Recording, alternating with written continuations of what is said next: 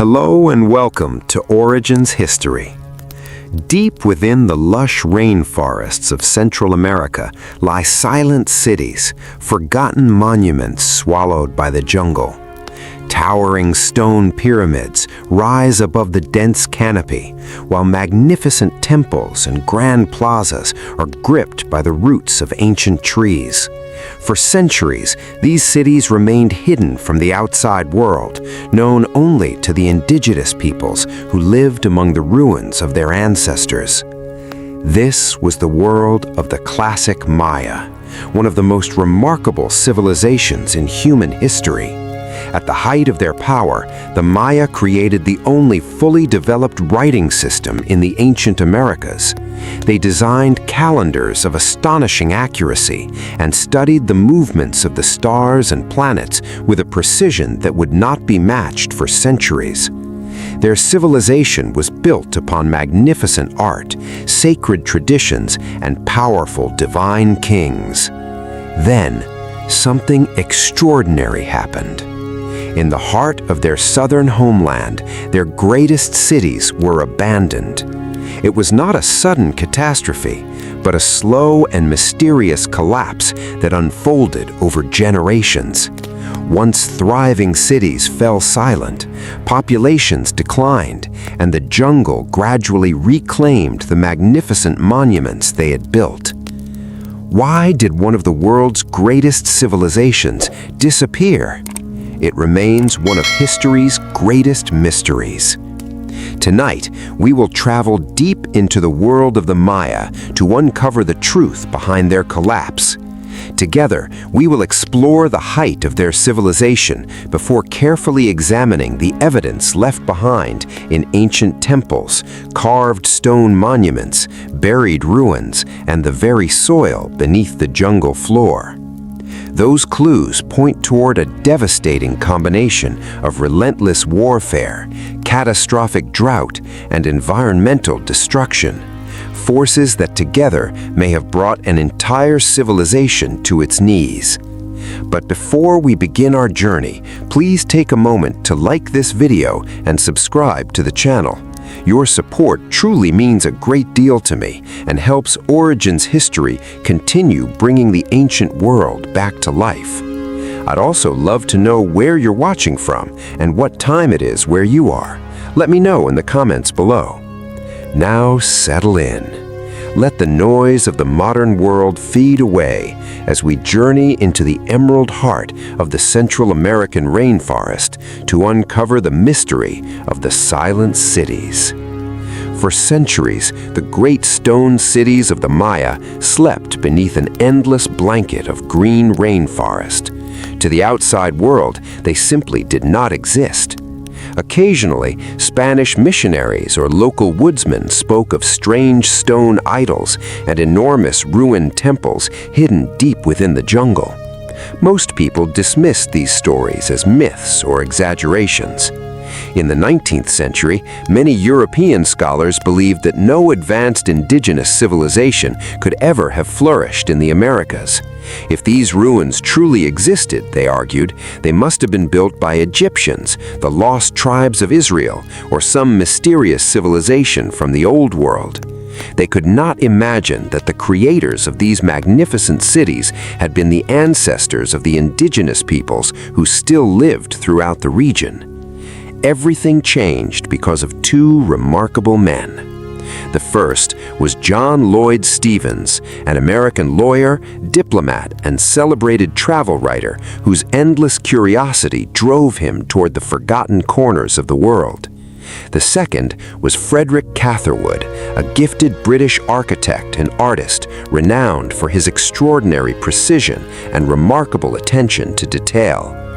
In 1839, inspired by rumors of lost cities hidden beneath the jungle, Stevens and Catherwood launched an expedition into the largely unexplored forests of what are now Honduras and Guatemala.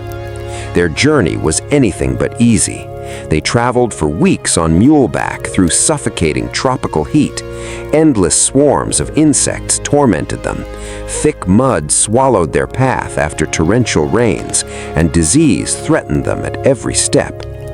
To make matters worse, Central America was in political turmoil. Civil war raged across much of the region, forcing the explorers to negotiate with local military commanders simply to continue their journey safely. Despite every hardship, they refused to turn back. Guided by local villagers, they eventually reached a mysterious site along the Copan River in present-day Honduras. With machetes in hand, they hacked through walls of tangled vines and dense undergrowth. Suddenly, they stepped into a clearing.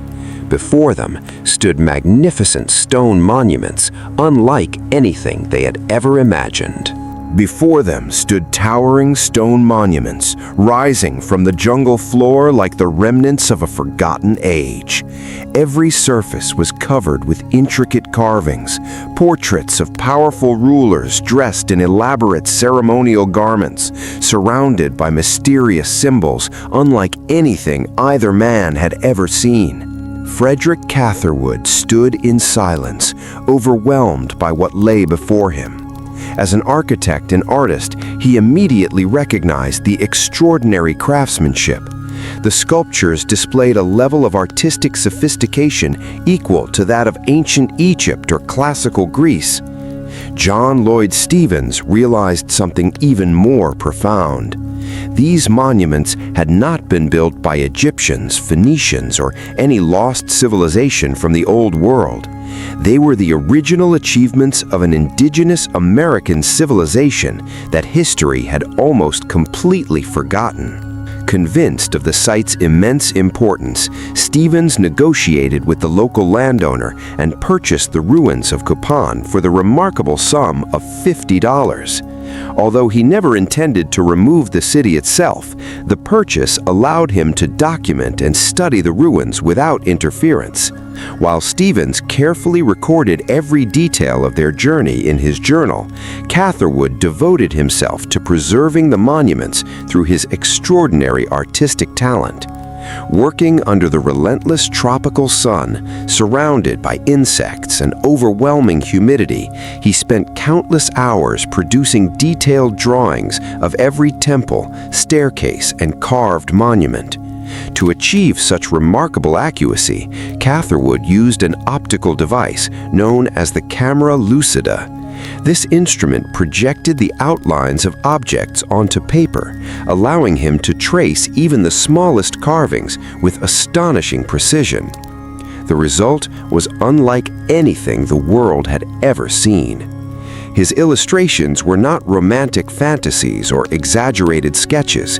They were scientifically accurate architectural records that faithfully captured the beauty and complexity of Maya civilization.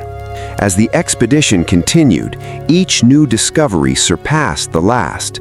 They explored the magnificent royal palace at Palenque in present-day Mexico, where elegant stucco reliefs emerged from the jungle mist like ghosts from another age. Later, they reached the breathtaking city of Tikal in Guatemala. There, enormous stone pyramids rose high above the rainforest, their towering peaks piercing the emerald canopy like mountains built by human hands. Each city revealed a civilization of astonishing engineering, artistic brilliance, and architectural ambition. When Stevens returned home, he published his famous book, Incidents of Travel in Central America, Chiapas, and Yucatan, accompanied by Catherwood's breathtaking illustrations. The book became an international bestseller. For the first time, people around the world saw undeniable evidence that a highly advanced civilization had flourished in the Americas centuries before Christopher Columbus arrived. The discovery shattered long-held prejudices. The Maya were no longer legends hidden beneath the jungle. They were real. Yet the discoveries raised even greater questions. Who were these extraordinary people?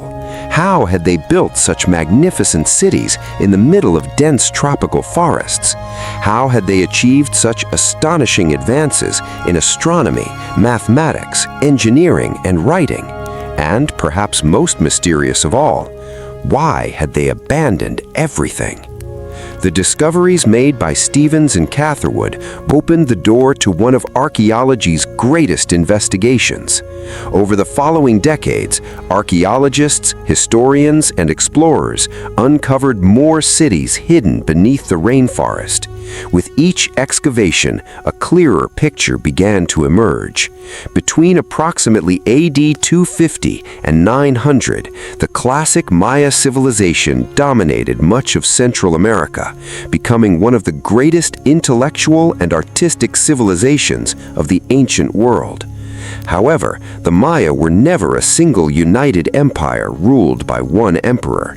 Instead, they formed a sophisticated network of powerful independent city-states, each governed by its own divine king.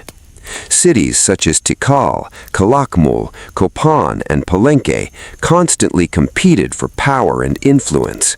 Their relationships shifted through political alliances, royal marriages, diplomacy, and ritualized warfare. Thanks to the successful decipherment of Maya hieroglyphs, we now know that their history was filled with ambitious rulers, fierce rivalries, glorious victories, and devastating defeats. Each city sought prestige, each king sought immortality, each dynasty believed it had been chosen by the gods themselves. This remarkable civilization would eventually reach heights unmatched anywhere in the ancient Americas. But hidden beneath its greatness, the first cracks had already begun to form. The archaeological discoveries made after Stevens and Catherwood's expeditions revealed something extraordinary. For more than 6 centuries, from approximately AD 250 to 900, the classic Maya built one of the most sophisticated civilizations in the ancient world.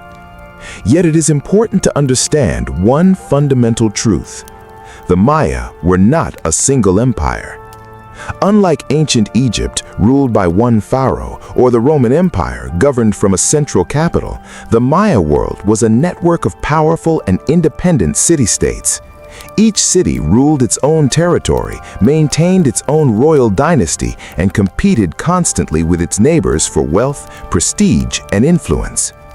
Among the greatest of these cities were Tikal, Calakmul, Copan, and Palenque.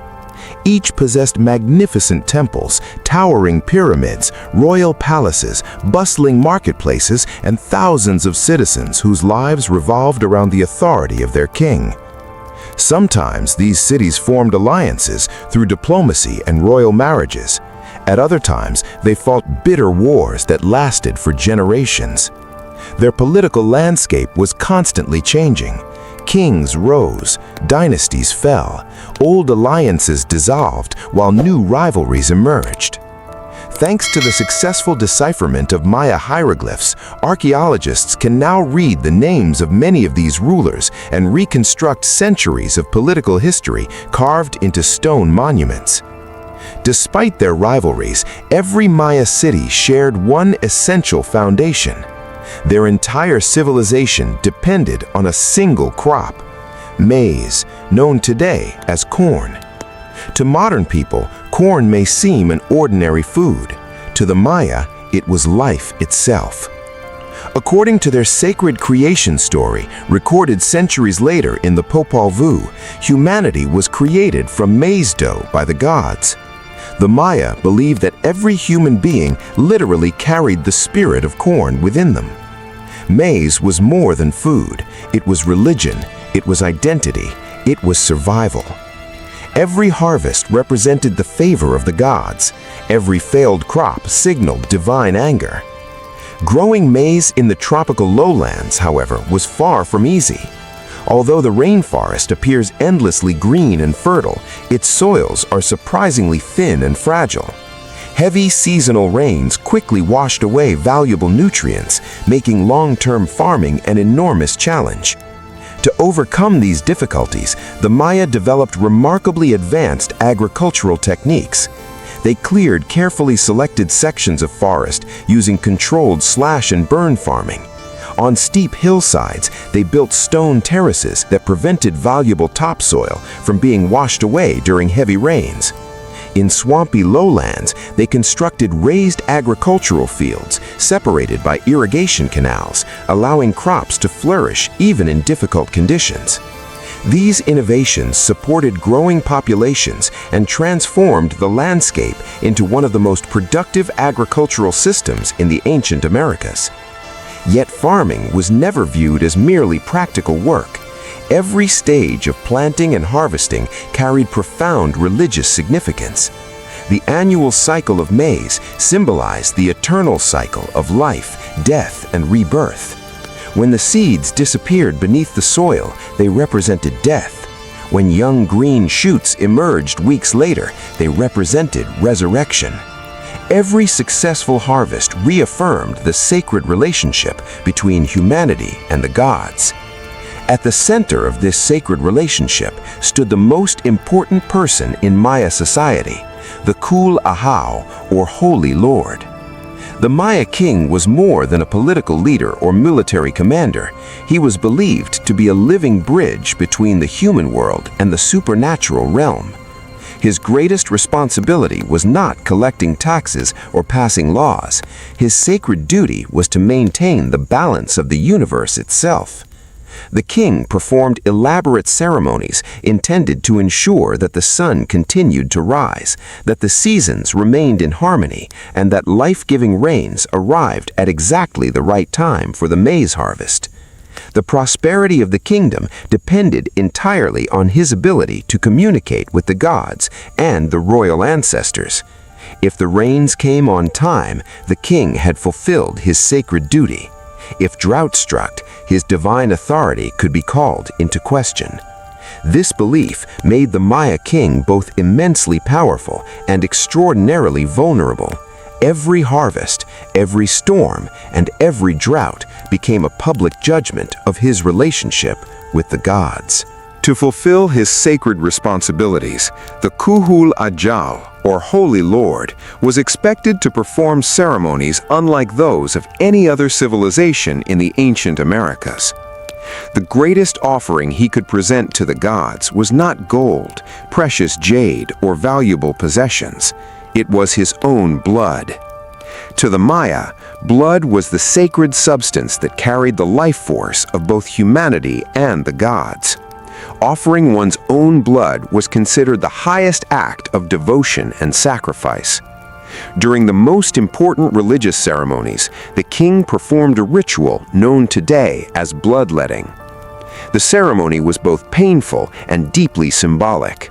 Using razor-sharp obsidian blades, stingray spines, or carefully carved bone needles, the king pierced sensitive parts of his body, most commonly his tongue or earlobes.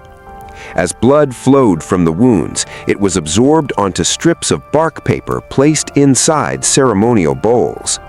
The paper, now soaked with royal blood, was then burned. As the smoke slowly rose toward the heavens, the Maya believed that a gateway between the human world and the supernatural realm opened before the king. From the swirling smoke emerged what Maya mythology called the vision serpent. This enormous supernatural serpent acted as a bridge between worlds. Through it, the king could communicate directly with powerful gods and the spirits of his royal ancestors, asking for their guidance, protection, and above all, the rains that sustained the maize harvest. These ceremonies were not performed in secret. They took place in magnificent temple plazas before priests, nobles, warriors, and ordinary citizens. The entire kingdom witnessed their ruler suffering for the survival of his people. It reinforced a sacred agreement that lay at the heart of Maya civilization. The people supported the king by offering tribute from their harvests, labor, and loyalty. In return, the king offered his own blood to nourish the gods and preserve the balance of the universe. As long as this sacred covenant remained intact, harmony prevailed. The rains arrived, the maize flourished, the reservoirs filled with fresh water, trade prospered, cities expanded. The gods had accepted the king's sacrifice. But this system rested upon one extremely fragile assumption. The king's rituals had to work. If the rains failed, if famine spread across the land, if crops withered beneath an unforgiving sun, people would inevitably begin asking dangerous questions. Had the king lost the favor of the gods? Were the gods angry? Or had the entire sacred order of the universe begun to collapse? These questions would one day shake the foundations of Maya civilization itself. For many decades after the rediscovery of the Maya cities, another great mystery remained unsolved. Every temple, palace, staircase, and carved monument was covered with beautiful hieroglyphs, yet no one could read them. Most scholars believed these elaborate symbols were merely decorative artwork or mystical religious signs with no true linguistic meaning. As a result, historians assumed the Maya had left behind no written history. Their voices, it seemed, had been lost forever. But they were wrong. Hidden within those magnificent carvings was something extraordinary, the only fully developed writing system ever created in the ancient Americas. Once scholars finally learned how to read it, the silent cities would begin speaking again. The stones themselves would reveal the names of forgotten kings, the stories of ancient wars, royal marriages, political alliances, religious ceremonies, and the rise and fall of entire dynasties.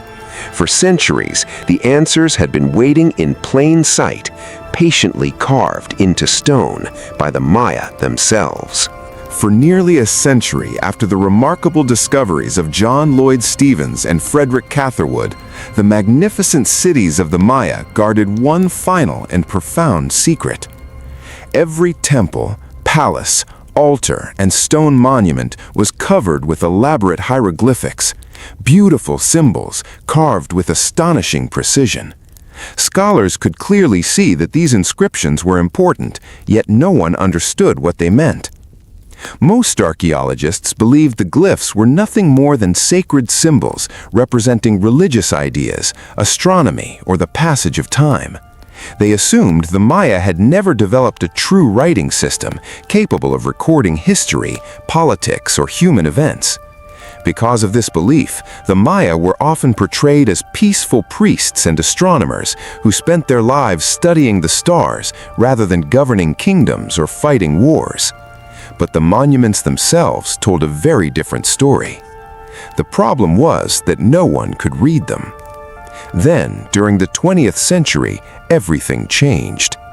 Researchers slowly realized that the Maya had created the only fully developed writing system in the ancient Americas. Their script was not simply decorative art, it was a real language.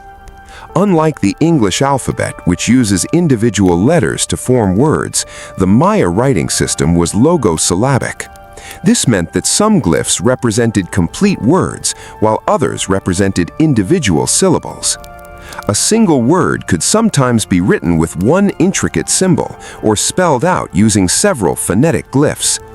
This remarkable flexibility made the script both beautiful and incredibly complex.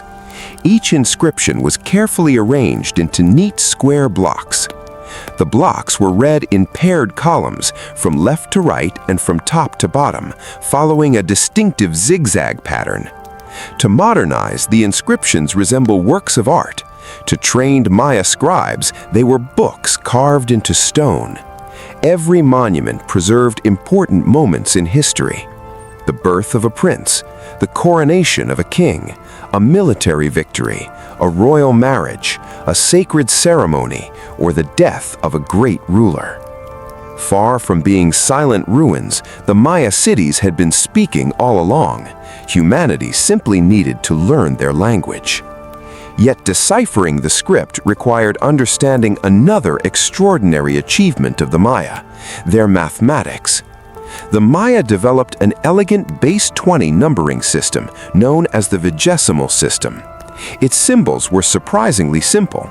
A single dot represented the number 1. A horizontal bar represented 5. Numbers were created by combining dots and bars in different arrangements. Most astonishing of all, the Maya independently invented a true symbol for zero, represented by a stylized shell. Today, zero seems completely ordinary, but in the ancient world, it was one of humanity's greatest intellectual breakthroughs. Many powerful civilizations, including the Romans, never developed a true mathematical zero. Without it, performing advanced calculations became far more difficult. The Maya, however, recognized zero as an essential concept centuries before it appeared in Europe. This innovation allowed them to calculate enormous numbers, measure immense spans of time, and create one of the most sophisticated calendar systems in human history. For the Maya, mathematics was never merely practical. Numbers possessed sacred meaning. Every calculation reflected the divine order of the universe. To understand numbers was to understand creation itself. This mathematical brilliance became the foundation for something that would define Maya civilization more than almost anything else: their extraordinary obsession with time. To the Maya, time was not simply a way to measure days or years. It was the very heartbeat of the universe. Everything that existed, human life, the movements of the heavens, the rise and fall of kingdoms, even the destiny of kings, was believed to unfold according to sacred cycles established by the gods at the beginning of creation. For this reason, the Maya devoted themselves to studying time with an intensity unmatched by almost any other civilization of the ancient world. Rather than relying on a single calendar, they developed several interlocking calendar systems, each serving a unique purpose.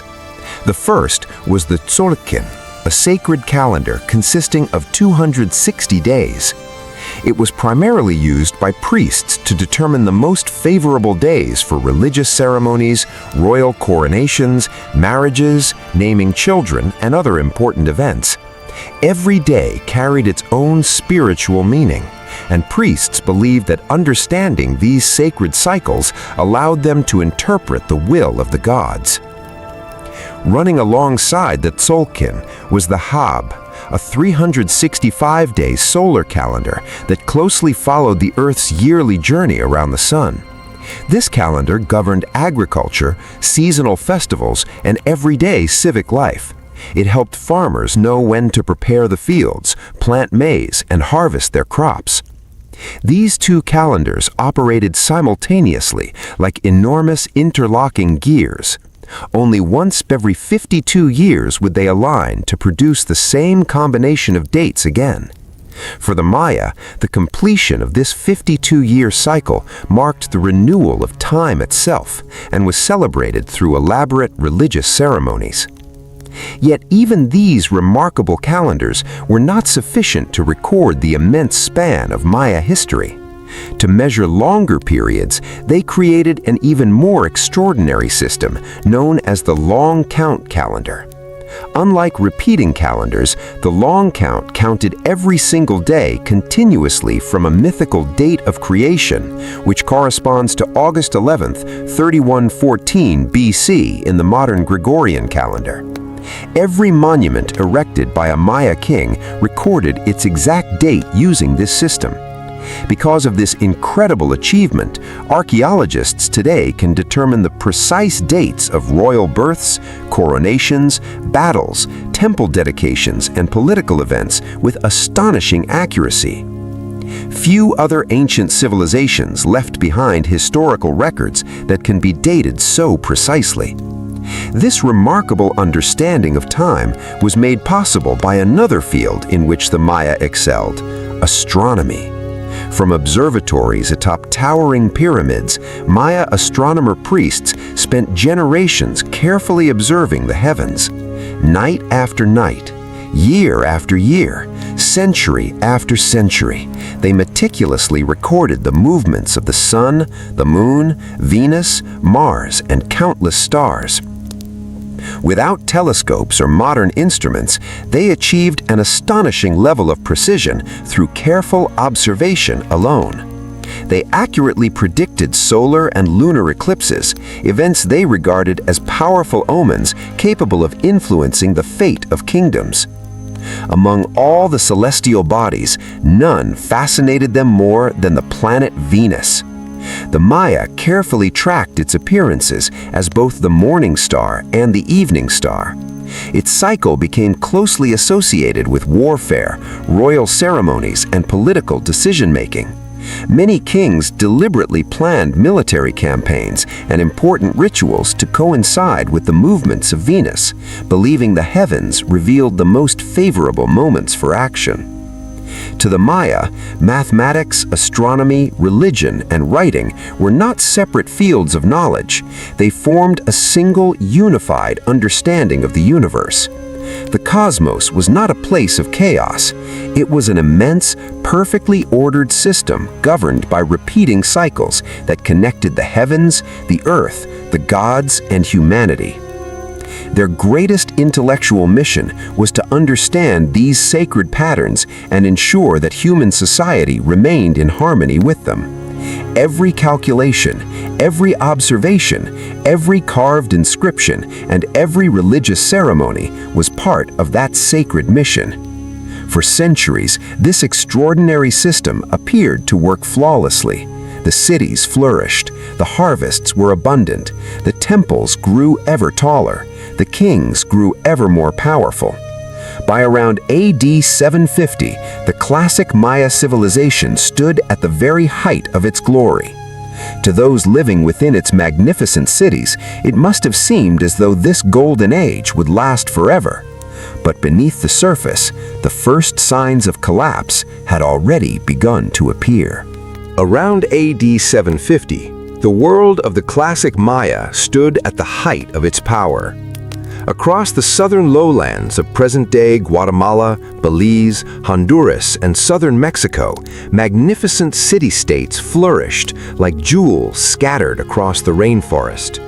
Tikal, with its towering temple pyramids, was a thriving metropolis filled with priests, merchants, artisans, warriors, and farmers. To the north, the mighty kingdom of Calakmul, known as the Kingdom of the Snake, ruled over an extensive network of allied cities and vassal states, competing fiercely with Tikal for regional dominance. Farther south, Copan had become one of the greatest artistic centers in the ancient Americas. Its master sculptors produced breathtaking stone monuments whose intricate carvings are still admired today for their beauty and precision. Throughout the Maya world, magnificent temples continued to rise toward the sky. Sacred ceremonies filled the plazas with music, incense, and chanting priests. Markets overflowed with goods brought from distant lands, while the sacred calendar dictated every aspect of daily life. To the people living during this extraordinary era, the future must have appeared secure. The gods were honored, the kings ruled with divine authority, the harvests continued, the cities prospered, the sacred order of the universe seemed eternal. Yet, history often teaches us that the greatest civilizations rarely recognize the beginning of their own decline. The first warning signs were almost invisible. Ironically, the earliest evidence of the Maya collapse is found not in destruction, but in silence. For centuries, Maya rulers had celebrated every important event by erecting magnificent carved stone monuments known as stelae. These monuments recorded royal births, accessions to the throne, military victories, religious ceremonies, diplomatic alliances, and major construction projects. Each inscription carried an exact date using the long count calendar. Because of this extraordinary precision, archaeologists can trace the history of Maya civilization year by year. Then, something remarkable happened. Beginning in the late 8th century, these inscriptions suddenly began to disappear. One city after another simply stopped carving new monuments. At Palenque, the final dated inscription records the year AD 799. At Copan, the last known monument dates to AD 822. At Tikal, one of the greatest cities in Maya history, the final royal monument was erected in AD 869. After those dates, nothing. The centuries-long tradition that had defined Maya civilization simply came to an end. No new victories were recorded, no royal anniversaries were celebrated, no magnificent monuments were dedicated to future generations. It was as though the voices of the kings had suddenly fallen silent. For archaeologists, this silence speaks louder than words. It marks the beginning of one of history's greatest collapses. The evidence does not stop there. Excavations across the southern lowlands have uncovered enormous construction projects that were mysteriously abandoned before completion. Grand temples remained unfinished, palaces stood incomplete, ceremonial causeways stretched across cities only to end abruptly. Stone blocks lay scattered inside ancient quarries, while others remained abandoned beside roads, waiting for workers who never returned. It appears that thousands of laborers simply laid down their tools and walked away. No invading army destroyed these projects. No earthquake buried them. Construction simply stopped. The great engine that had powered Maya civilization for more than 6 centuries was beginning to fail. As the crisis deepened, the very appearance of Maya cities began to change. Instead of constructing beautiful ceremonial architecture, many cities suddenly turned their attention toward defense. Archaeologists have discovered hastily built stone walls surrounding palace complexes and temple precincts. Wooden palisades were erected around previously open ceremonial centers. Deep defensive ditches were dug where none had existed before. These fortifications were not carefully planned masterpieces of military engineering. They were emergency defenses, built quickly, built desperately, built by people who feared an enemy was approaching. The confidence that had once defined the Maya world was rapidly giving way to uncertainty. And beneath the grandeur of the temples, a civilization that had once seemed eternal was beginning to unravel. As the decades passed, the evidence of decline became increasingly impossible to ignore. The changes were not limited to unfinished temples or the disappearance of royal monuments. Every aspect of Maya society began to show signs of strain. Archaeologists discovered that the quality of luxury goods declined dramatically during the final years of the Classic period. Beautiful painted ceramics became simpler and less refined. Intricately carved jade ornaments grew increasingly rare. Exquisite sculptures that had once displayed extraordinary craftsmanship gave way to rougher, less detailed works. These changes suggested that the specialized artisans who had once served the royal courts were disappearing, while the long-distance trade networks that supplied valuable materials such as jade, obsidian, marine shells, and exotic feathers were beginning to collapse. The economic heart of Maya civilization was weakening. Without stable trade, royal courts could no longer maintain the wealth and prestige that had defined them for centuries. The great cities themselves also began to change. In many places, magnificent plazas that had once hosted grand religious ceremonies became strangely quiet. Large public buildings were no longer repaired. Temple staircases slowly crumbled. Palaces that had once housed powerful royal families showed clear signs of neglect. Nature itself was beginning to reclaim the cities. Yet one crucial fact must be remembered. The Maya collapse was not a single event that affected every Maya community in the same way. It was neither sudden nor universal. Its greatest impact was felt in the southern lowlands, the ancient heartland of classic Maya civilization.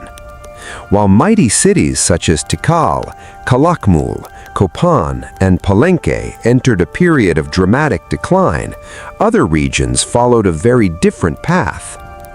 Far to the north, on the Yucatan Peninsula, cities such as Chichen Itza were entering a new era of prosperity.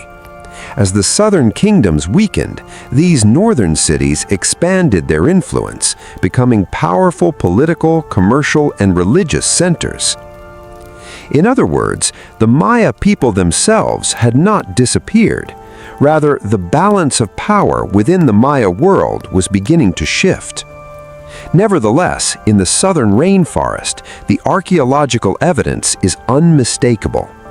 Over approximately 150 years, one magnificent city after another was gradually abandoned. Families left their homes, markets fell silent, royal courts disappeared. The sacred plazas where thousands had once gathered for festivals and ceremonies slowly emptied. The jungle, held back for centuries by human hands, began its slow and relentless return. Trees pushed their roots through temple staircases, vines climbed palace walls, thick vegetation covered roads that had once connected thriving cities across the rainforest. By the end of the 9th century, many of the greatest cities of the classic Maya had become ghost towns. Their towering pyramids still stood, but their plazas echoed only with the sounds of birds, insects, and monkeys. No invading empire occupied these cities. No foreign civilization claimed them. Instead, they were simply left behind. For generations afterward, the abandoned temples stood in silence beneath the rainforest canopy. The final dates carved upon their stone monuments became frozen in time. To archaeologists, these silent cities pose one of history's most haunting questions. What happened? Why would the builders of one of the world's most sophisticated civilizations abandon magnificent cities that had taken centuries to create? For many years, historians searched for a single answer. Some blamed invasion, others suggested disease, famine, earthquakes, or political revolution. But as more evidence emerged, it became increasingly clear that no single explanation could account for the collapse. Instead, the downfall of the classic Maya appears to have resulted from several interconnected crises, each making the next even more devastating. The first of these crises was becoming increasingly visible in the historical inscriptions carved upon stone monuments. It was a story of growing rivalry, escalating violence, and a world slipping toward constant war. As archaeologists gradually deciphered the Maya script, an entirely new picture of the classic Maya world began to emerge. For generations, historians had imagined the Maya as peaceful astronomers and philosophers whose lives revolved around temples, calendars, and the study of the stars. The inscriptions carved into stone revealed a far more complex reality. The Maya kingdoms were deeply political. Their history was filled with powerful dynasties, ambitious rulers, shifting alliances, royal marriages, betrayals, and frequent warfare. For centuries, war had been an accepted part of Maya society. However, it was very different from the wars fought by many other ancient empires. The objective was rarely to conquer vast territories or destroy entire cities. Instead, most conflicts were highly ritualized. The greatest prize on the battlefield was not land, it was the capture of an enemy king or high-ranking noble. For a Maya ruler, capturing a rival king was the ultimate demonstration of divine favor and military strength. These royal prisoners were brought back to the victorious city in elaborate public processions. Before enormous crowds gathered in ceremonial plazas, the defeated rulers were stripped of their symbols of power and forced to kneel before the victorious king. Many were publicly humiliated. Others were tortured as part of sacred rituals. Ultimately, many of these noble captives were sacrificed to the gods in grand religious ceremonies. To the Maya, these sacrifices were not acts of meaningless cruelty. They were believed to restore cosmic balance, strengthen the authority of the victorious ruler, and honor the gods who had granted victory in battle.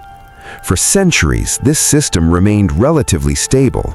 Wars were frequent, but they followed long-established political and religious traditions. Cities competed with one another, yet the broader civilization continued to flourish. Trade continued, farmers cultivated their fields, temples rose toward the sky. Life moved forward. But during the late 8th century, something changed. The character of Maya warfare became increasingly brutal. The carved monuments themselves reveal this transformation. Earlier monuments often celebrated the capture of a single defeated king. Later monuments present far darker scenes. Entire armies march through dense forests. Warriors wearing jaguar pelts, elaborate feathered headdresses, and fearsome ceremonial masks clash in desperate battles. Rows of bound prisoners await judgment. The atmosphere is no longer one of ritual competition, it is one of survival. One of the most remarkable pieces of evidence comes from the spectacular murals at Bonampak in present-day Chiapas, Mexico. These paintings preserve one of the most vivid depictions of warfare ever discovered in the ancient Americas. The murals show fierce battles filled with hand-to-hand combat. Victorious warriors drag captured nobles before the king. Some prisoners bleed from severe wounds, others kneel helplessly as they await their fate. One particularly disturbing scene depicts defeated nobles undergoing brutal torture before their eventual sacrifice. These paintings leave little doubt that violence had become an increasingly dominant feature of Maya political life. The archaeological evidence tells the same story. Cities that had once been open ceremonial centers suddenly began constructing defensive walls, wooden palisades, and fortified entrances. Massive ditches were dug around important buildings. These were not monuments built to impress visitors, they were emergency fortifications designed to repel attackers. Archaeologists have also uncovered mass graves containing skeletons bearing unmistakable signs of violent death. Many victims suffered fatal injuries from obsidian blades, stone spear points, and heavy blunt force weapons. Some remains show evidence of hurried burials, suggesting that communities no longer had the time, or perhaps the ability, to perform traditional funeral ceremonies. The violence had reached a level that earlier generations of Maya had never experienced. What had once been ritual warfare was rapidly evolving into something far more dangerous, a struggle that threatened not merely kings, but entire cities. One of the clearest examples of how warfare spiraled out of control comes from the Petexpatun region of present-day Guatemala. Here stood the once powerful Maya kingdom of Dos Pilas, a city whose history has been reconstructed through inscriptions, excavations, and archaeological discoveries. At first, Dos Pilas appeared destined for greatness. Its rulers forged powerful alliances and launched a series of successful military campaigns against neighboring kingdoms. Victory followed victory, and the city expanded its influence across the surrounding region. For a brief period, Dos Pilas became one of the dominant powers in the southern Maya lowlands. But success came at a terrible price. Every conquered city created new enemies. Every military triumph inspired revenge. Former allies became bitter rivals, and neighboring kingdoms united against the expanding power of Dos Pilas. What had begun a strategic warfare soon evolved into an endless cycle of retaliation. One conflict sparked another. Every victory planted the seeds of the next war. The region descended into a violent spiral from which no kingdom could escape. Archaeological evidence shows that cities throughout the Petexpatun region hurriedly built defensive walls, fortified gateways, and protective earthworks. Communities that had once been open and prosperous transformed into heavily defended strongholds. Fear became part of everyday life. Perhaps the most dramatic evidence comes from the nearby city of Aguateca. Excavations revealed that the city was abandoned with astonishing speed. Inside homes, archaeologists found cooking pots still sitting beside ancient hearths. Meals had been left unfinished. Stone tools remained where craftsmen had been working. Personal ornaments and valuable possessions were scattered across floors, untouched. These discoveries paint a vivid picture of panic. The inhabitants had not planned to leave forever. Instead, they fled so suddenly that they had no time to gather even their most valuable belongings. Whatever threat approached was immediate and terrifying. This evidence has led many historians to propose the first major explanation for the classic Maya collapse. For centuries, ritual warfare had been a controlled part of Maya political life. But by the late 8th century, that system appears to have broken down completely. Wars became larger, more frequent, more destructive. Entire regions were drawn into continuous conflict.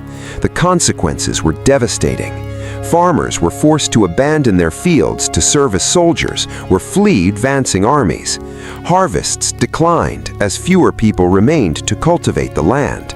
Trade routes that once carried essential goods such as obsidian, salt, jade, cacao, and other valuable resources became increasingly dangerous or were cut off entirely. Economic life began to unravel. At the same time, repeated military defeats undermined the authority of the divine kings. The political foundation of Maya civilization was beginning to crack. Yet even this growing violence does not fully explain why the collapse spread so rapidly across the southern lowlands. A deeper question still remained. Why did warfare suddenly become so desperate? What force pushed once powerful kingdoms into a relentless struggle for survival? To answer that question, archaeologists and climate scientists turned their attention away from temples and battlefields and toward the forests, the lakes, and the fragile environment that had sustained the Maya for centuries. There, hidden beneath layers of ancient soil and lake sediment, they discovered evidence that would completely transform our understanding of the Maya collapse. It suggested that the Maya were fighting more than each other. They were fighting a battle against nature itself. While the evidence of escalating warfare paints a dramatic picture of the Maya civilization's final centuries, it still leaves one crucial question unanswered.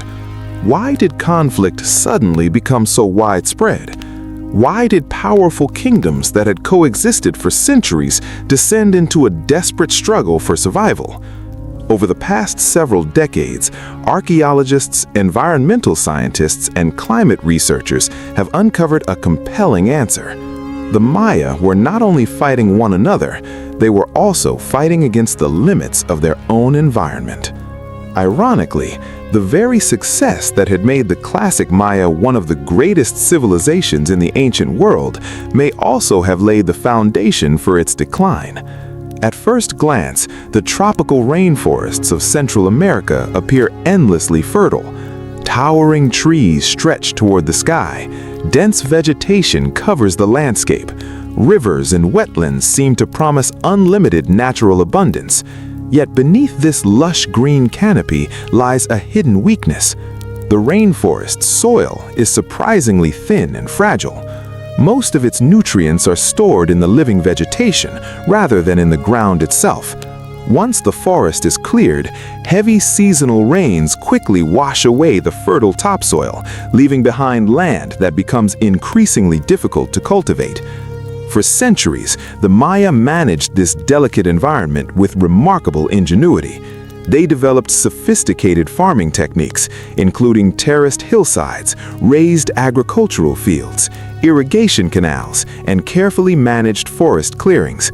These innovations allowed them to support growing populations while maintaining productive farmland.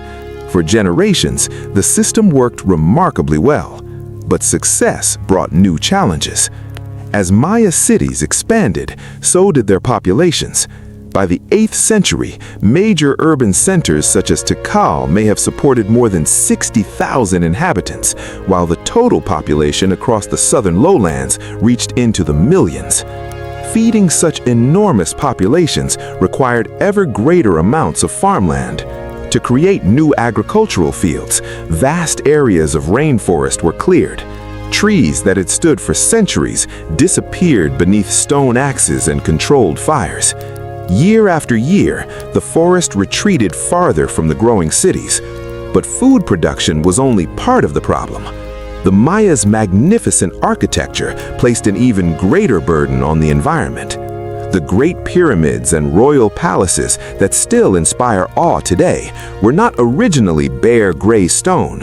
Instead, they were covered with a brilliant white coating of lime plaster known as stucco. When sunlight struck these enormous buildings, they gleamed across the landscape, creating cities that must have appeared dazzling to anyone approaching them. Producing this brilliant plaster, however, required an astonishing amount of fuel. The process began by quarrying limestone. The stone then had to be heated in massive kilns at extremely high temperatures to produce lime. The only available fuel was wood, and not just a little wood, an immense quantity of it. Modern archaeological studies estimate that producing enough plaster to cover just one major pyramid at Tikal required the destruction of nearly 1,000 acres of mature forest. Now imagine dozens of pyramids, hundreds of temples, royal palaces, ceremonial platforms, causeways, public buildings. Every ambitious king sought to outshine his predecessors. Each ruler wanted to construct taller pyramids, grander palaces, and more magnificent monuments than any king before him. Architecture became a symbol of divine power and political prestige. As rival kingdoms competed in this monumental building race, the demand for timber increased dramatically. Over time, forests surrounding the great cities were transformed. Dense tropical jungle gave way to expanding fields of maize, scattered woodlands, and barren hillsides stripped of their ancient trees. What had once been a balanced relationship between people and nature was gradually becoming unsustainable. The Maya may not have realized it, but with every tree they cut, they were bringing their civilization one step closer to a dangerous environmental crisis. The consequences of widespread deforestation extended far beyond the loss of trees. Forests do far more than provide timber. Their roots anchor the soil, preventing it from being washed away during heavy rains. Their leaves slow the impact of rainfall, while their dense vegetation helps retain moisture in the ground and regulate the local climate. As the forests disappeared, this delicate balance began to collapse. Without deep root systems to hold the earth together, seasonal rains carried away the thin layer of fertile topsoil that generations of Maya farmers had depended upon. Rich farmland slowly became exhausted. Crop yields declined. Each harvest became more uncertain than the last. Deforestation also affected the region's natural water cycle. Healthy forests release enormous amounts of moisture into the atmosphere through a process known as transpiration. This moisture contributes to cloud formation and helps sustain regional rainfall. As more trees were cut down, less water returned to the atmosphere. The land became hotter. The soil dried more quickly. The dry season grew increasingly severe. The forests that had once helped create their own rainfall were gradually disappearing. At the same time, the Maya were losing many of the natural resources that had supported their civilization for centuries. Wild game became scarcer as animal habitats vanished.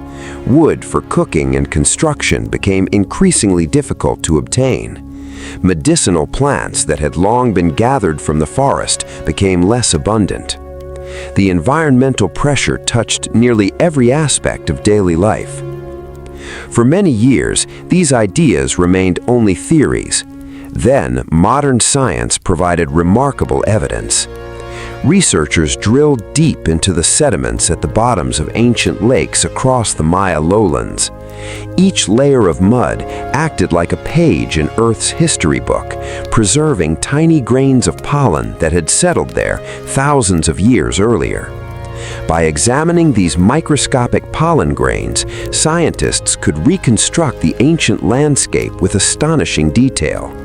The results were striking. Layers dating to the late Classic period showed a dramatic decline in tree pollen. At the same time, they contained a sharp increase in the pollen of grasses and agricultural weeds, plants that flourish in cleared landscapes rather than dense forests. Even more revealing was the large amount of eroded soil found within the same sediment layers. This soil had washed downhill after forests were removed, providing direct evidence of widespread erosion across the Maya heartland. The scientific record confirmed what archaeologists had long suspected. By the 8th century, much of the landscape surrounding the great southern cities had been profoundly altered by human activity. Ironically, very achievements that symbolized Maya greatness had contributed to the growing crisis. Their enormous populations demanded more farmland. Their magnificent pyramids consumed vast quantities of timber. Their expanding cities placed increasing pressure on a fragile tropical environment. For centuries, the system continued to function, but it had become dangerously fragile. The Maya had built an extraordinary civilization, one of the most brilliant in the ancient world. Yet beneath its magnificent temples and bustling cities lay an ecosystem stretched to its limits. It was a civilization balanced on the edge of a knife. All it would take was one major shock, one prolonged crisis to push the entire system beyond the point of recovery. That final shock would not come from an invading army. It would not come from disease, nor would it come from political revolution. It would come from the sky itself. For generations, the Maya had trusted that the seasonal rains would always return. Their reservoirs filled because the rains came. Their maize fields flourished because the rains came. Their kings ruled because they claimed they could bring the rains through sacred rituals. But beginning around the middle of the 8th century, the rains began to fail, and with them, the entire foundation of classic Maya civilization. For centuries, the Maya had lived according to a sacred covenant with nature. Their entire civilization depended upon the arrival of the seasonal rains. Every year, tropical downpours filled enormous reservoirs, nourished fertile fields of maize, and sustained millions of people across the southern lowlands. As long as the rains came, life continued. The kings performed their sacred rituals, the priests honored the gods, the farmers harvested their crops, the cities prospered. For generations, this pattern seemed unbreakable, but sometime around AD 750, that ancient rhythm began to change. The rains became less reliable, dry seasons lasted longer, reservoirs that had always been full began to shrink. At first, the changes may have seemed temporary. The Maya had experienced dry years before. Surely the rains would return. But they didn't. For many years, historians debated whether drought had played any role in the collapse of the classic Maya. The idea seemed reasonable, but there was little direct evidence. Then, modern science uncovered one of the most remarkable climate records ever discovered. Scientists studying the ancient environment found that nature itself had preserved a detailed history of rainfall stretching back thousands of years. One source of this evidence came from the sediments buried beneath lakes across the Yucatan Peninsula and the southern Maya lowlands. Researchers extracted long cylindrical cores of mud from the lake beds. Each layer represented a different period in history. Hidden within these layers was a mineral called gypsum. During years of abundant rainfall, lakes remained deep and gypsum formed only in small amounts. But during severe droughts, falling water levels caused much larger quantities of gypsum to crystallize. By measuring these layers, scientists were able to identify periods of prolonged dryness with remarkable accuracy. Even more extraordinary evidence came from deep underground caves. Throughout the Maya region, water dripping from cave ceilings slowly formed towering stalagmites over thousands of years. These stone formations grew layer by layer, much like the rings inside a tree. Each microscopic layer trapped tiny amounts of oxygen isotopes from the rainwater that created it. By analyzing these isotopes, paleoclimatologists reconstructed ancient rainfall patterns with astonishing precision. Together, the lake sediments and cave formations told exactly the same story. For centuries before the collapse, roughly between AD 300 and 600, the Maya had enjoyed an unusually stable and favorable climate. Reliable rainfall allowed agriculture to flourish. Food surpluses supported rapidly growing populations. Kings built magnificent cities. Trade expanded. The civilization entered its golden age. Then, everything changed. Beginning around AD 750, rainfall declined dramatically. The Maya heartland entered a prolonged period of severe drought, unlike anything experienced during previous centuries. This was not a single failed rainy season. It was a climatic crisis that lasted for generations. Scientific evidence indicates that the region endured several devastating, multi-decade megadroughts, separated only by brief periods of recovery. For people whose survival depended almost entirely upon seasonal rainfall, the consequences would have been catastrophic. One failed harvest could be endured, two brought hardship, but repeated failures over decades threatened the survival of entire kingdoms. Across the Maya world, reservoirs slowly dried beneath the relentless tropical sun. Rivers shrank. The fertile fields that had once produced abundant maize began to crack beneath the heat. The sacred rhythm that had sustained Maya civilization for centuries was breaking apart. And with every season that passed without rain, the authority of the divine kings was placed under an increasingly impossible test. The consequences of these prolonged droughts would have been nothing short of catastrophic. The great reservoirs that had once sustained cities such as Tikal gradually evaporated beneath the relentless tropical sun. Their deep waters receded year after year until they became little more than cracked basins of dry earth. Without reliable rainfall, the Maya's most precious crop, maize, began to fail. Fields that had once produced abundant harvests turned brown and lifeless. Season after season, farmers watched their crops wither before they reached maturity. The food reserves that had sustained growing populations were quickly exhausted. Hunger spread throughout the countryside. Soon, hunger became famine.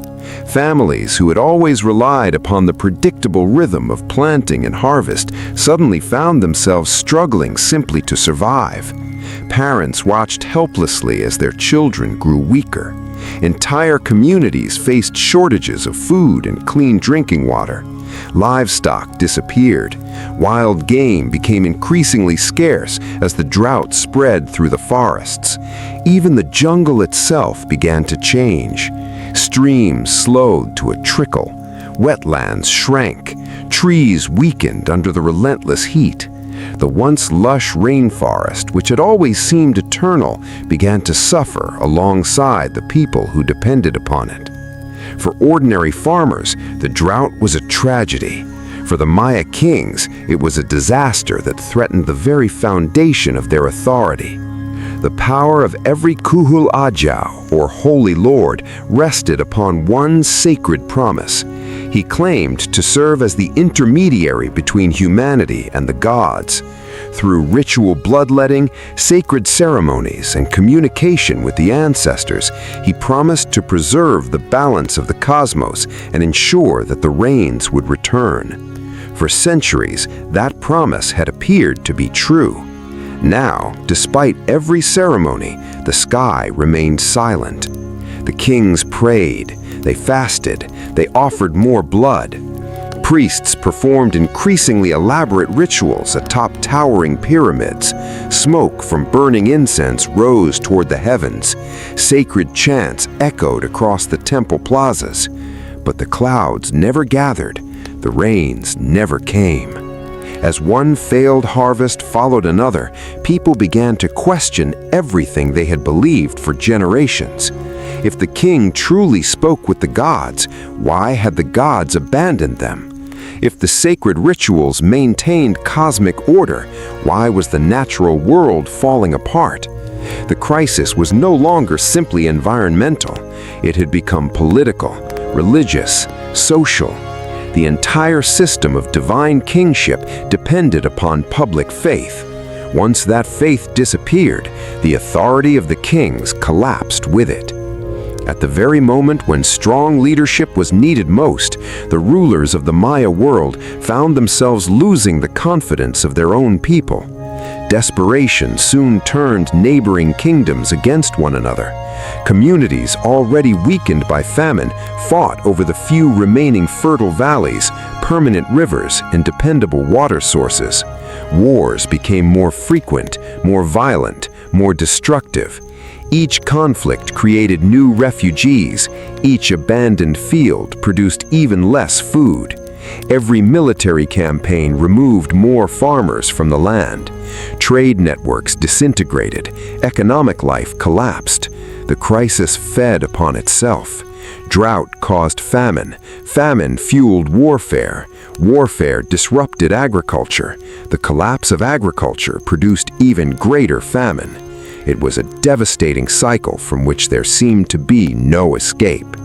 Modern archaeologists now believe that no single disaster destroyed the classic Maya civilization.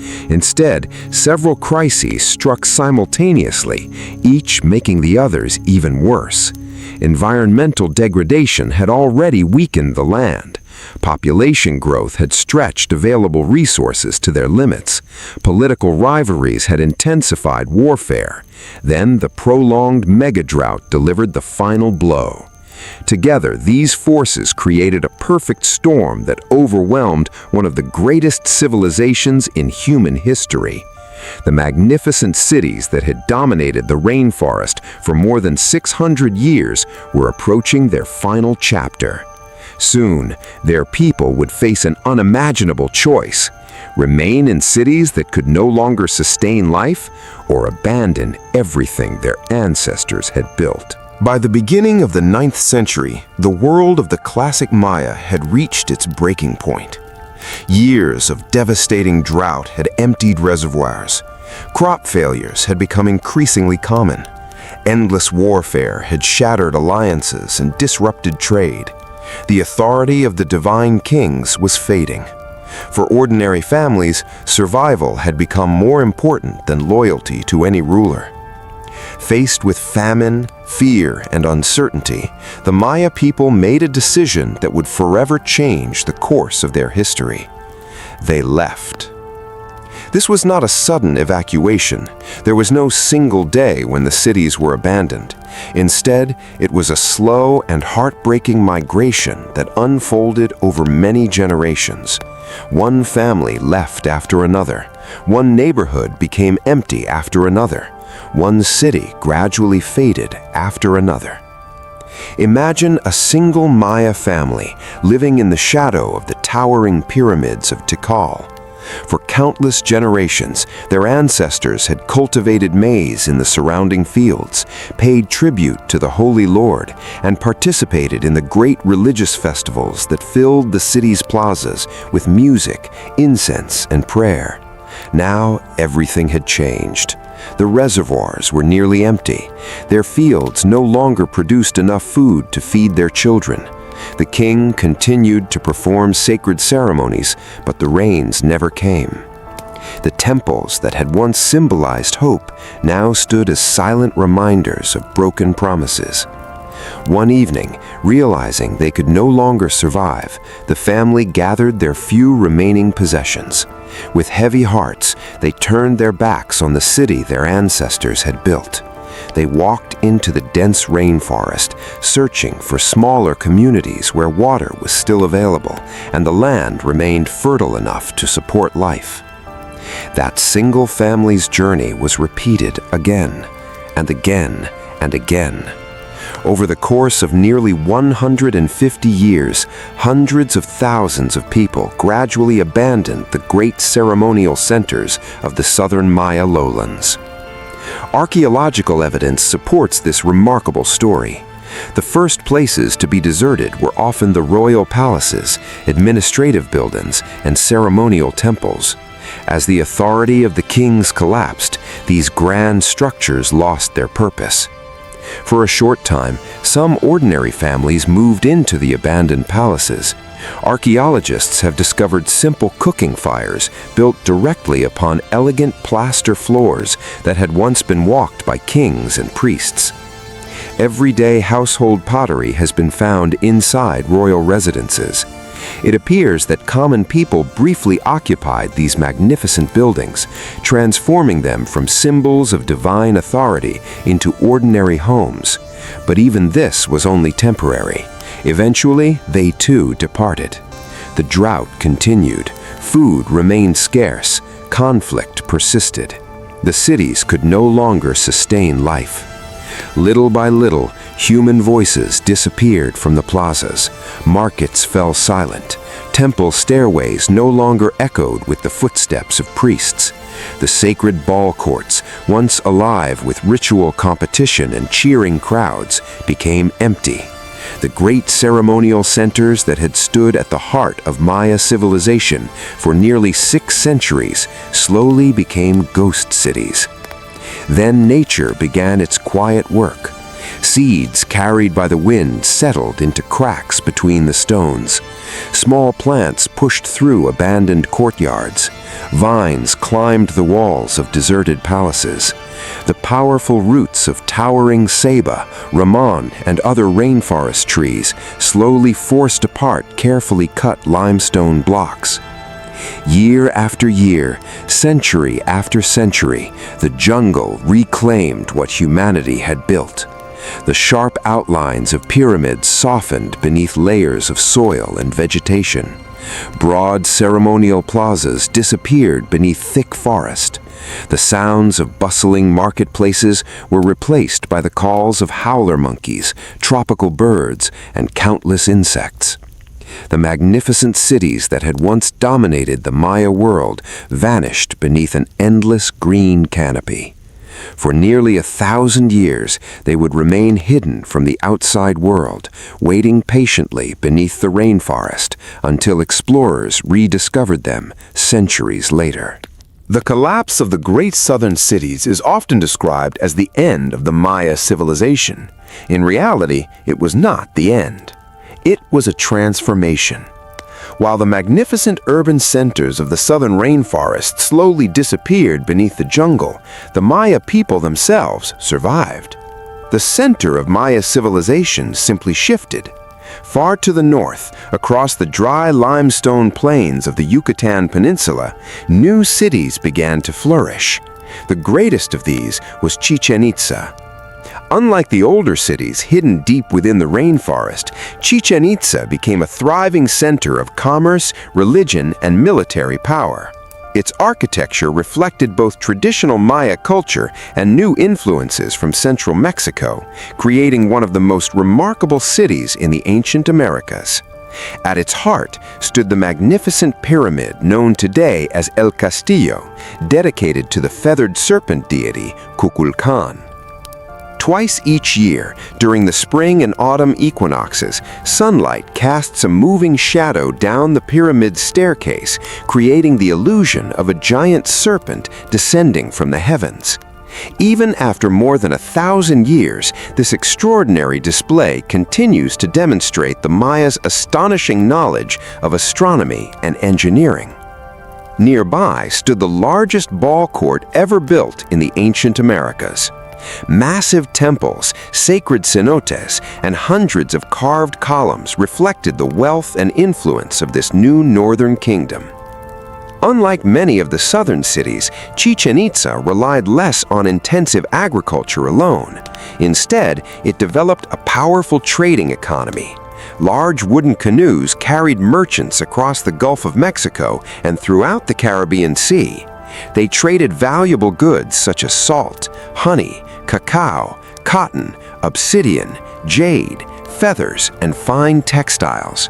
These maritime trade routes made the northern Maya cities more adaptable and economically resilient than many of their southern predecessors.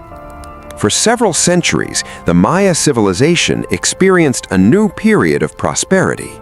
Eventually, however, even the great northern cities experienced political decline.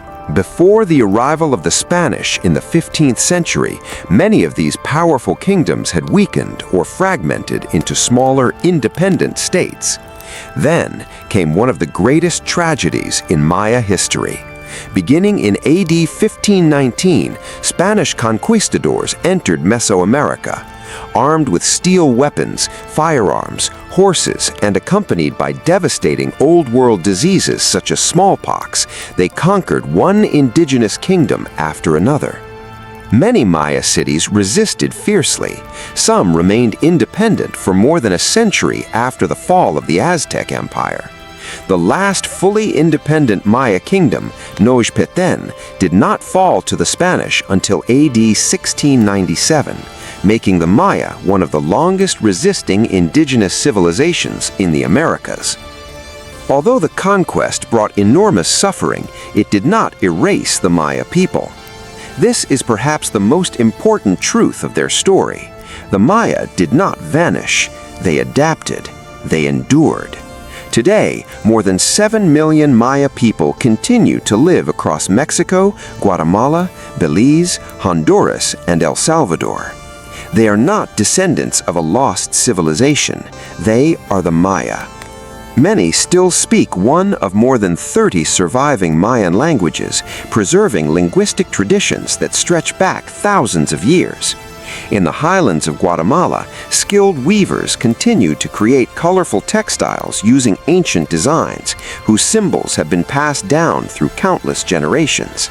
In villages across the Yucatan Peninsula, traditional ceremonies honoring the earth, the rain, and the maize harvest still survive, often blending ancient Maya beliefs with Christian traditions introduced during the colonial period. Farmers continue to cultivate maize, the sacred crop that has always stood at the center of Maya identity. Families continue to tell stories passed down from their ancestors. Their culture has changed over time, but it has never disappeared. The great stone cities hidden beneath the rainforest are not monuments to a vanished race. They are the abandoned capitals of a people who chose survival over extinction. The classic Maya political system collapsed. The Maya people did not. Their greatest achievement was not simply building magnificent pyramids. It was preserving their identity through centuries of hardship, conquest, and change. Their story is one of extraordinary resilience, a reminder that civilizations may fall, kingdoms may disappear, but a people, their language, and their culture can endure far longer than stone itself. For nearly a century after the remarkable discoveries of John Lloyd Stephens and Frederick Catherwood, the magnificent cities of the Maya remained silent. Their towering temples had been rediscovered. Their breathtaking sculptures had been carefully documented, but one mystery refused to yield its secrets. The stone monuments were covered with hundreds of beautiful glyphs, complex symbols carved with astonishing precision. No one could read them. Scholars believed these carvings held the key to understanding the Maya, but the writing system seemed impossible to decipher. The most influential expert of the early 20th century was the British archaeologist Sir J. Eric S. Thomson. Thomson argued that the glyphs were not a true written language. Instead, he believed they were largely symbolic images representing religious ideas, astronomical calculations, and the passage of time. According to his theory, the Maya had never recorded real historical events. They had created a civilization devoted almost entirely to religion, mathematics, and astronomy. For decades, Thomson's interpretation dominated Maya studies. Most researchers accepted his conclusions without question. As a result, the Maya remained a people without a recorded history. Their kings had no names, their queens had no stories. Their victories, defeats, alliances, and rivalries remained buried beneath centuries of misunderstanding. The first great breakthrough came from an unlikely place. In the years following the Second World War, a young Soviet linguist named Yuri Knorozov began studying photographs of Maya inscriptions from his small apartment in Leningrad. He had never visited Central America. He had never seen a Maya ruin with his own eyes. Yet by carefully comparing the glyphs, Knorozov reached a revolutionary conclusion. He believed the symbols were not merely pictures, they represented sounds. In other words, the Maya script was largely phonetic. Rather than being purely symbolic, many glyphs recorded the syllables of spoken Mayan languages. His work, published during the 1950s, challenged decades of accepted scholarship. Unfortunately, few Western researchers believed him. Many dismissed his ideas simply because they contradicted Thomson's influential theories. For years, Knorozov's remarkable insight received little recognition, but history was about to prove him right. The decisive breakthrough came from another brilliant scholar. Her name was Tatyana Proskoryakov, a Russian-born architect and archaeological illustrator working at Harvard University's Peabody Museum. Unlike many linguists, Proskoryakov approached the monuments from an architectural perspective. While studying a series of carved stelae from the ancient city of Piedras Negras, she noticed something extraordinary. Each monument contained a sequence of dates spanning roughly 60 to 80 years, almost exactly the length of a human lifetime. Suddenly, the pattern became clear. These were not abstract religious dates. They recorded real people's lives. The earliest dates marked a ruler's birth. Later inscriptions recorded his accession to the throne. The final dates commemorated his death. Published in 1960, Proskoryakov's groundbreaking research transformed Maya archaeology forever. She proved beyond any reasonable doubt that the inscriptions were historical records. The silent cities were not merely recording astronomical events, they were telling the stories of kings, queens, dynasties, wars, marriages, victories, and defeats. Her discovery confirmed what Yuri Knorozov had argued years earlier. The Maya script was indeed a true writing system. Once scholars accepted this revolutionary idea, progress accelerated rapidly. Working together, linguists, archaeologists, historians, and epigraphers gradually unlocked thousands of Maya inscriptions. One by one, forgotten rulers emerged from the stones. The names of powerful kings from Tikal, Palenque, Copan, Calakmul, and dozens of other cities became known once again. Entire royal dynasties were reconstructed. Ancient battles were dated with remarkable precision. Political alliances, royal marriages, diplomatic rivalries, and military victories, all of it could finally be read. For the first time in over 1,000 years, the Maya were telling their own story. Their cities were silent no longer. We began this journey with a simple yet haunting question. Why did one of the world's greatest civilizations abandon its magnificent cities? As we explored the evidence, the answer proved to be far more complex than anyone once imagined. The collapse of the classic Maya was not caused by a single disaster. There was no invading empire that swept across the rainforest. There was no single plague that wiped out the population overnight. Instead, modern archaeology and science reveal a tragic chain of interconnected events. Centuries of population growth placed enormous pressure on a fragile tropical environment. Forests were cleared to feed expanding cities and to construct dazzling temples covered in brilliant white plaster. As the forests disappeared, fertile soils eroded, water became less reliable, and the land grew increasingly vulnerable. Then came the prolonged megadroughts. Year after year, the rains failed. Reservoirs dried. Maize harvests collapsed. Famine spread across the southern lowlands. Desperate kingdoms turned against one another, fighting brutal wars over the few remaining resources. Trade networks disintegrated. Political authority weakened. Most importantly, the divine kings, the Kuhul Ajau, whose legitimacy depended on their ability to maintain harmony between humanity and the gods, could no longer fulfill the sacred promise upon which their entire society had been built. When the rains failed, despite countless rituals and blood offerings, the people gradually lost faith. Without that faith, the political and religious foundations of the classic Maya world collapsed. One family after another abandoned the great cities. The magnificent ceremonial centers slowly emptied. The jungle reclaimed what humanity had built. For centuries, the temples stood in silence beneath a sea of green, waiting to be rediscovered. Yet the most remarkable part of the story is not the fall of the cities. It is the survival of the people. The Maya never disappeared. Their civilization changed, but their culture endured. Today, millions of Maya continue to live throughout Mexico, Guatemala, Belize, Honduras, and El Salvador. They still speak ancient Mayan languages. They continue to honor traditions passed down through countless generations. They remain the living descendants of the architects, astronomers, artists, scribes, and farmers who built one of the greatest civilizations in human history.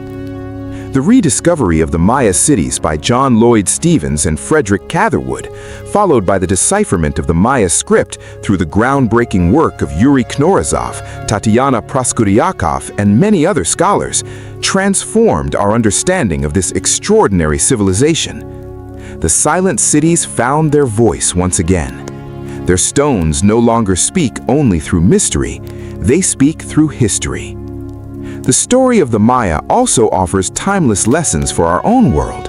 It reminds us that even the most advanced civilizations depend upon healthy environments, reliable resources, and stable societies. Great achievements can create great vulnerabilities if they are not balanced with sustainability. Climate change, environmental degradation, political instability, and conflict are not merely challenges of the modern age. They have shaped human history for thousands of years. The Maya teach us that civilizations rarely collapse because of a single cause. They fall when many crises reinforce one another until recovery becomes impossible. Yet, they also teach us something equally important. People are more resilient than kingdoms. Empires rise and fall. Cities are built and abandoned. Monuments crumble beneath the weight of time. But culture, language, memory, and identity can survive long after stone has turned to dust.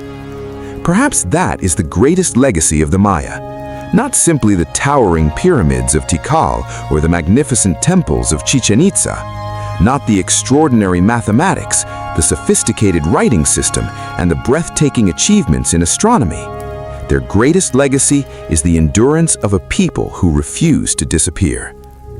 As we leave the rainforest behind, we can almost imagine those silent pyramids still rising above the emerald canopy, their weathered stones bathed in the soft light of dawn.